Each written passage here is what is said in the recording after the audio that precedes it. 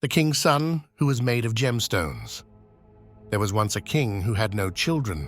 He sought the help of doctors so that his kingdom would not be passed on to strangers, but they could not help him. So he decreed that the Jews should pray for him to have children. The Jews sought a tzaddik to pray and cause it to happen that the king should have children. They searched and found a hidden tzaddik, and they asked him to pray for the king to have children. He replied that he knew nothing at all, gar nisht. They informed the king, since there was a hidden tzaddik, righteous person, but he said he knew gar nisht. The king sent a royal order for him, and they brought him before the king. The king began speaking kindly to him, saying, "You know very well that the Jews are in my hands. I can do with them as I wish. Therefore, I ask you kindly, pray that I may have children." The tzaddik assured the king that that very year he would have a child, and he went home.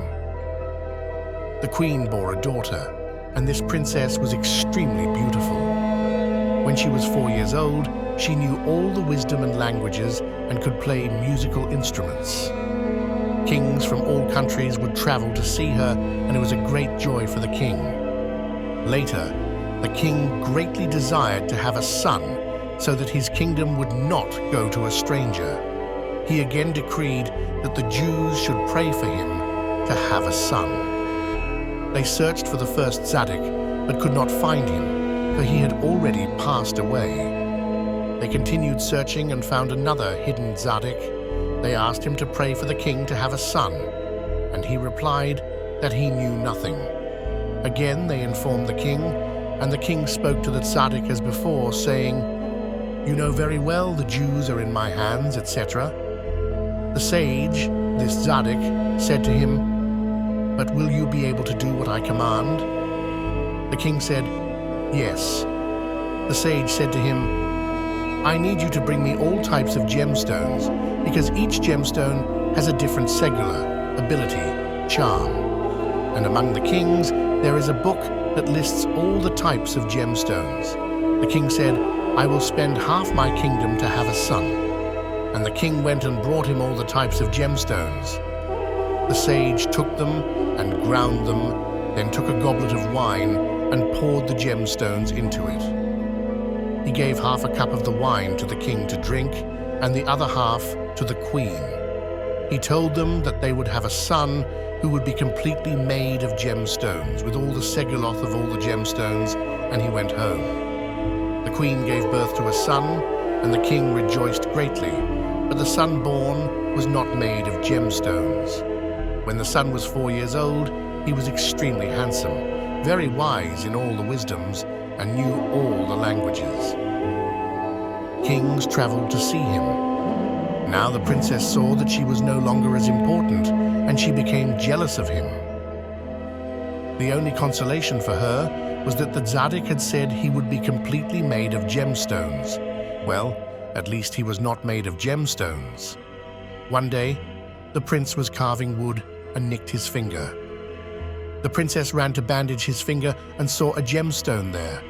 She became extremely jealous of him and made herself sick. Many doctors came, but could not heal her. Sorcerers were called. One sorcerer was there, and she revealed the truth to him, that she had made herself sick because of her brother, as mentioned. She asked the sorcerer if it were possible to cast a spell on a man to make him leprous. He said, yes. She asked, what if he asks another sorcerer to annul the spell so that he will be healed? The sorcerer said, if the sorcery is thrown into the water, it can no longer be annulled. She did so and threw the sorcery into the water. The prince became very leprous.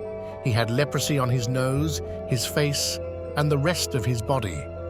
The king sought help from doctors and sorcerers, but they were of no avail. The king decreed that the Jews should pray. The Jews sought the tzaddik, who had prayed for the king to have a son, as mentioned, and brought him before the king. Now this tzaddik always prayed before the Almighty, as he had promised the king that his son would be completely made of gemstones, and it had not been fulfilled. And he complained to the Most High, God, saying, Have I done this for honor's sake? I have done this only for your honor, and now it has not been fulfilled as I said." The tzaddik came to the king. The tzaddik had prayed for the prince's leprosy to be healed, but to no avail. He was informed that it was sorcery. Now this tzaddik was higher than all sorcery. The tzaddik came and informed the king that it was sorcery and that the sorcery had been thrown into the water, so the prince could not be healed except by throwing the sorcerer who performed the spell into the water. The king said, "I give you all the sorcerers to throw into the water so that my son may be healed." The princess was afraid, so she ran to the water to pull the sorcery out, for she knew where it was. She fell into the water. A great tumult erupted over the princess's fall into the water. The tzaddik came and said that the prince would be healed, and he was healed. The leprosy withered up and fell off, and his entire skin peeled off, and he was entirely made of gemstones, just as the tzaddik had said.